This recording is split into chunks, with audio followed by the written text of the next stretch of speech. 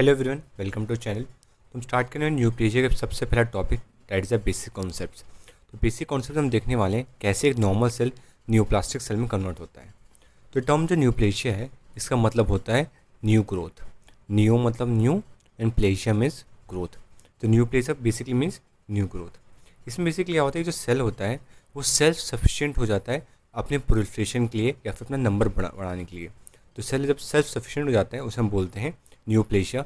और सेल होता है एक मोनोक्लोनल डेरिवेटिव्स होते हैं, जितने सेल बनते हैं वो सिंगल ग्रुप ऑफ सेल से बनते हैं।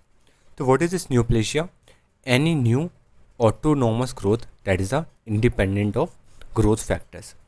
बेसिकली नॉर्मल सेल के लिए ना ग्रोथ के लिए क्या क्या चाहिए होता है, एक ग्रोथ फैक्टर चाहिए होता है जो कहाँ ऐड करता है, ग्रोथ फैक्टर रिसेप्टर पे एक्ट करता है, ठीक है। फिर से सिग्नल ट्रांसड्यूसर प्रोटीन यहाँ से अपना सिग्नल ट्रांसफ़र करते हैं न्यूक्लियस के लिए। फिर न्यूक्लियस पे ट्रांसक्रिप्शन फैक्टर्स होते हैं जो कि ट्रांसक्रिप्शन कराते हैं, ठीक। उससे क्या होता है, ट्रांसक्रिप्शन से प्रोटीन्स बनते हैं जो फर्दर हमारे सारे सेल प्रोफेशन में हेल्प करते हैं। ये सब फैक्टर्स चाहिए होते हैं हमारे ग्रोथ के लिए या फिर नॉर्मल प्रोफेशन के लिए। तो फिर जब ये इसके इंडिपेंडेंट हो जाए इस ग्रोथ फैक्टर्स के, उन्हें हम बोलते हैं neoplasia. It is a uncontrolled growth. और दूसरा टर्म जो इसमें मेन कीवर्ड है, uncontrolled autonomous growth and all the cells are monoclonal. अब बेसिकली इसमें होता क्या है, सपोज एग्जांपल से समझते हैं, ये फीमेल यूट्रस में दो आइसोफॉर्म पाए जाते हैं G6PD के। तो कौन से दो आइसोफॉर्म पाए जाते हैं G6PD के? That is the G6PD A and G6PD B, ठीक है। सपोज नॉर्मल जब यूट्रस की ग्रोथ होती है एज इन प्रेगनेंसी, तो जो दोनों सेल्स का नंबर होता है ये प्रोपोर्शनलिटी बढ़ता है, ठीक है। सपोज स्टार्टिंग में अगर दो सेल्स थे ए के आइसोफॉर्म के और दो सेल थे बी आइसोफॉर्म के, ठीक। तो जब ग्रोथ हो गया, फिर सपोज नॉर्मल फिजियोलॉजिकल ग्रोथ होगा तो जो इनका नंबर अल्टीमेटली एकदम उसी प्रोपोर्शन में बढ़ता है। बट अगर कोई कैंसर हो गया फिर न्यूप्लेजिया होगा, इनका जो नंबर होगा या तो एक ही का सिर्फ बढ़ेगा, यानी जितने सेल्स होंगी सारे के सारे एक ही आइसोफॉर्म की होंगी, जस्ट फॉर से ए, ठीक है। तो ये बेसिक आपको पता होना चाहिए कि न्यूप्लेजिया को हम कैसे बोलते हैं। That is how we can define neoplasia, any uncontrolled autonomous growth independent of growth factors where all the progeny cells are monoclonal derivative of the original cell। इसमें टर्म आता है डिफ्रेंशिएशन। डिफ्रेंशिएशन मतलब क्या होता है कि कितना एक सेल अपने जो ओरिजिनल सेल है जिससे डिराइव करता है उससे रिजेंबल करता है, ठीक है। सपोज एक ये लीवर की सेल है, फोर से जो न्यू सेल बन रही है वो अपने ओरिजिनल सेल से कितना ज़्यादा रिजेंबल करती है उसे हम बोलते हैं डिफ्रेंशिएशन। सपोज ये तो सेल से कितना रिजेंबल कर रही है ये, और इसमें पूरा सेम सिमिलैरिटी आपको दिख रही है, तो इसे हम बोलेंगे these cells are well differentiated, ठीक है। These cells are well differentiated, ठीक। सपोज एक ये लीवर सेल है और जो नई सेल्स बन रही है वो कुछ ऐसी बन रही है, ठीक है। तो हम बोलेंगे these cells are the newly derived cells are less differentiated, ठीक। तो डिफ्रेंशिएशन उनका होता है कि जो एक नई प्रोजेनी सेल है वो अपने ओरिजिनल सेल से कितने ज़्यादा सिमिलर है, ठीक है, उसे हम बोलते हैं डिफ्रेंशिएशन। जो अपना कैंसर होता है, इफ न्यूप्लेजिया होता है, उसमें जो एक टर्म मिलता है that is called the anaplasia, that is a complete lack of differentiation. मतलब जो प्रोजेनी सेल होगी फिर न्यू प्रिकर्सर सेल्स होंगी वो अपने ओरिजिनल सेल से बिल्कुल भी मैच नहीं करती हैं। This is the hallmark of malignancy. कोई भी नॉर्मल सेल होती है, कभी स्ट्रेस या इंजरी में उसे मेटाप्लेशिया शो होता है। मेटाप्लेशिया मतलब एक सेल दूसरे सेल टाइप में कन्वर्ट हो रही है, ठीक है। ये बेनाइन होता है और रिवर्सिबल होता है। फिर फर्दर जब स्ट्रेस या फिर इंजरी प्रोलॉन्ग रहती है या फिर कोई टॉक्सिक फैक्टर्स होते हैं तो डिस्प्लेशिया में कन्वर्ट हो जाता है। डिस्प्लेशिया क्या होता है वो आगे हम देखेंगे। मीनवाइल अभी बस अब 2 पॉइंट याद रखिए, डिस्प्लेशिया इज़ ऑल्सो रिवर्सिबल, ठीक है, ये भी रिवर्सिबल है, और ये प्री मैलिग्नेंट होता है, ठीक। ये 2 पॉइंट आपको याद रखना है। फिर एक ऐसे स्टेज में कन्वर्ट हो जाता है जो कि रिवर्सिबल नहीं है, that's it's irreversible, that's called the anaplasia. Anaplasia means complete lack of differentiation. इसमें कुछ फीचर्स देखते हैं कि एनाप्लास्टिक सेल में आप बोलेंगे कि सेल जो है ये एनाप्लास्टिक है, तो इसमें क्या क्या फैक्टर्स देखेंगे। सबसे पहला होता है प्लियोमॉर्फिज्म, मतलब जो साइज़ और शेप होगा इसका ये ओरिजिनल सेल से वेरी करेगा। हाई न्यूक्लियोप्लाज्म साइटोप्लाज्मिक रेशियो, तो ये नॉर्मल से जब ड्रॉ करते हैं तो कुछ ऐसा ड्रॉ करते हैं। साइटोप्लाज्म यानी कि पूरा सेल का साइज़ बड़ा रहता है और जो न्यूक्लियस होता है वो हम छोटा सा बनाते हैं। मतलब न्यूक्लियस का size upon cytoplasm size usually हमें इसमें लेस होता है, यानी लेस देन 1 ही रहता है हमेशा, ठीक।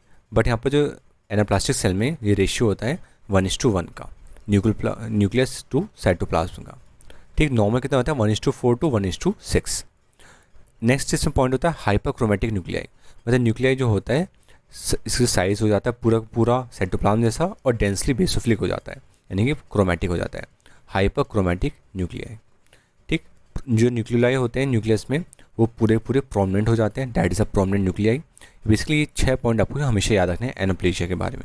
ठीक, नेक्स्ट है लॉस ऑफ पोलैरिटी। पोलैरिटी मतलब suppose a group of cell है, ये बेसमेंट मेम्ब्रेन है और ग्रुप ऑफ सेल है और सब में जो न्यूक्लियस है वो सेंटर में पाया जाता है। ठीक, जब कोई एनाप्लेशिया होगा तो न्यूक्लियस की पोजीशन कहीं भी हो सकती है, बेसल भी हो सकती है, टॉप पे भी हो सकती है, कहीं भी किसी भी कॉर्नर पे न्यूक्लियस प्रेजेंट हो सकता है, उसे हम बोलते हैं loss of polarity of the nuclei.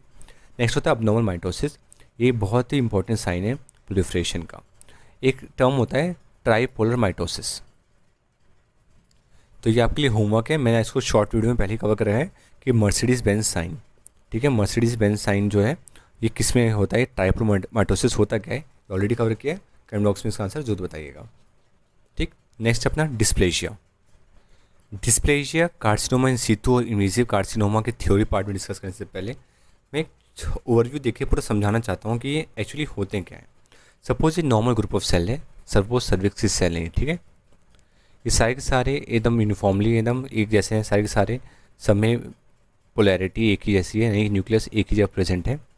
जब क्या होता है कोई इंजरी या फिर कोई एक्सटर्नल फैक्टर्स की वजह से या फिर कोई भी टॉक्सिक जो चीज़ें आती हैं उस वजह से जो सेल्स होते हैं इनका फॉर्म चेंज हो रहा है, यानी कि ये डिस्प्लेशिया में कन्वर्ट हो रहे हैं। ठीक है, इसे बोलते हैं डिस्प्लेशिया। मतलब सेल्स का जो टाइप होता है वो अपने नॉर्मल जो बेसल सेल्स होते हैं उससे चेंज होता है। और हाँ, ये क्या यहाँ पर जो लाइन है ये इसे बोलते हैं बेसमेंट मेम्ब्रेन, जो एपिथेलियल सेल्स होती हैं इसी से बाउंड होती हैं।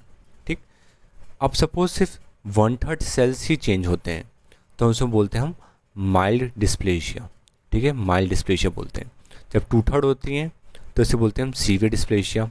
और जब सारी की सारी हो जाए, टोटल सेल्स हो जाते हैं चेंज, सॉरी ये माइल्ड हो गया, मॉडरेट हो जाएगा, मॉडरेट डिस्प्लेशिया। जब टोटल सेल्स हो जाती हैं उसे बोलते हैं सीवियर डिस्प्लेशिया।